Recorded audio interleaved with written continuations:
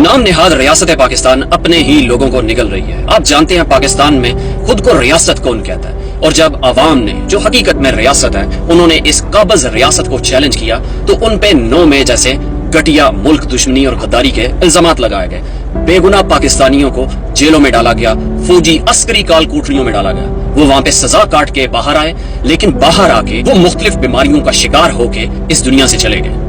पाकिस्तान तहरीके इंसाफ के 6 ऐसे सपोर्टर्स हैं जिनकी तस्वीरें आज सोशल मीडिया पे वायरल हो रही हैं, जो 9 मई के झूठे मुकदमात में पकड़े गए, अस्करी हिरासत में रहे, कैद काट के आए, नाहक कैद काट के आए, अपनी जिंदगियां खराब की, अपने खानदान की जिंदगियां खराब की, अब वो इस दुनिया से चले गए। ये 6 लोगों की तस्वीरें आप देख रहे हैं। आलिया हमजा ने इसके बारे में ट्वीट किया, उन्होंने इनके नाम बताए। आलिया हमजा के ट्वीट के मुताबिक रियासत होगी माँ के जैसी, वही रियासत 9 मई के नाम पे हमारे कैसे कैसे नौजवान खा गई लाहौर के 6 हीरोज मुजाहिद शाह, शेख लतीफ, नदीम चौधरी, आबिद मसीह, अब्दुल्ला आलिम और इफ्तिखार जट। ये सब हीरे कोट लखपत जेल लाहौर में 1 साल से ज्यादा बेगुनाह कैद रहे और आजाद होते ही बीमार हो गए और वफात पा गए। हाल ही में ये नौजवान, इसकी तस्वीरें आपने देखी होंगी, इसकी वीडियो भी आई, ये अस्पताल के बिस्तर से आपसे मुखातिब हो रहा था। सियासत.pk ने इसको रिपोर्ट किया कि 9 मई मुकदमात में कैद कुछ रोज कबल जेल से रिहा होने वाला PTI कारकुन इफ्तिखार भी हेपेटाइटिस के बायस जिंदगी की बाजी हार गया। हेपेटाइटिस के बायस जां बहक कारकुनों की तादाद 6 हो गई। ऐसा लग रहा है कि ये एक सिस्टमैटिकली, एक ऑर्गेनाइज तरीके से मारे गए। अब इसको भी पाकिस्तान में जेनोसाइड या नस्ल कुशी ना कहें तो क्या कहें।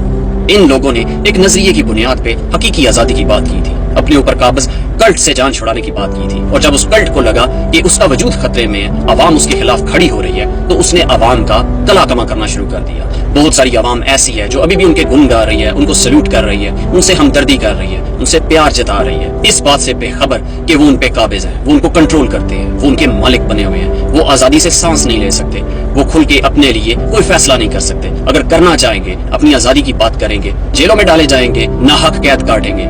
जब आजाद होंगे तो ऐसे बीमारियों का शिकार होके दुनिया से चले जाएंगे। इन सारी चीजों को देख के, खासकर इस वाक़े को देख के लगता है कि ये रियासत मुख्तलिफ तरीकों से अपनी ही आवाम में डर और खौफ बिठाना चाह रही है। अब ये लोग जब हिरासत से आजाद होके आए, कैद काट के आए, तो ये जिन जिन इलाकों में रहते हैं अपने आस पास के लोगों के लिए एक मिसाल थे कि ये यजीद के सामने डट गए, इन्होंने नाहक जेल काटी, इन लोगों ने जालिम निजाम के सामने झुकने से इनकार किया और उस जालिम निजाम के कहर का निशाना बने।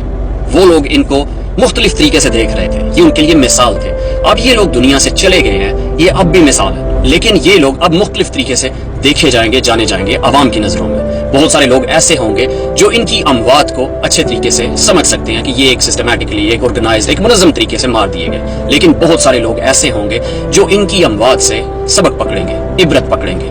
और यही रियासत चाहती है, यही नाम निहाद रियासत चाहती है कि ऐसी मिसालें कायम करके लोगों में डर और खौफ को तारी रखा जाए, लोगों को इतना डरा के रखा जाए, ऐसी ऐसी मिसालें इनके सामने पेश की जाए कि वो आइंदा मज़ामत करने से पहले लाखों बार सोचें। लेकिन ये आपने तय करना है, हक की राह में, अल्लाह की राह में, सच की खातिर जुल्म के खिलाफ लड़ते हुए दुनिया से जाना है, या फिर जानवरों की तरह गुलामी की जिंदगी गुजारनी है। आपने इस जुल्म के खिलाफ खड़े होना है, आपने ऐसे बेगुनाह पाकिस्तानियों के नाहक बहाए गए खून का बदला लेना है, आपने इस निजाम को शिकस्त देनी है, आपने इस निजाम से पूरे मुल्क और कौम को निजात दिलानी है। साबित कदम रहे, अल्लाह से मदद मांगे और इस दुश्मन का मुकाबला जारी रखें। पाकिस्तान पाइंदाबाद, इमरान खान जिंदाबाद।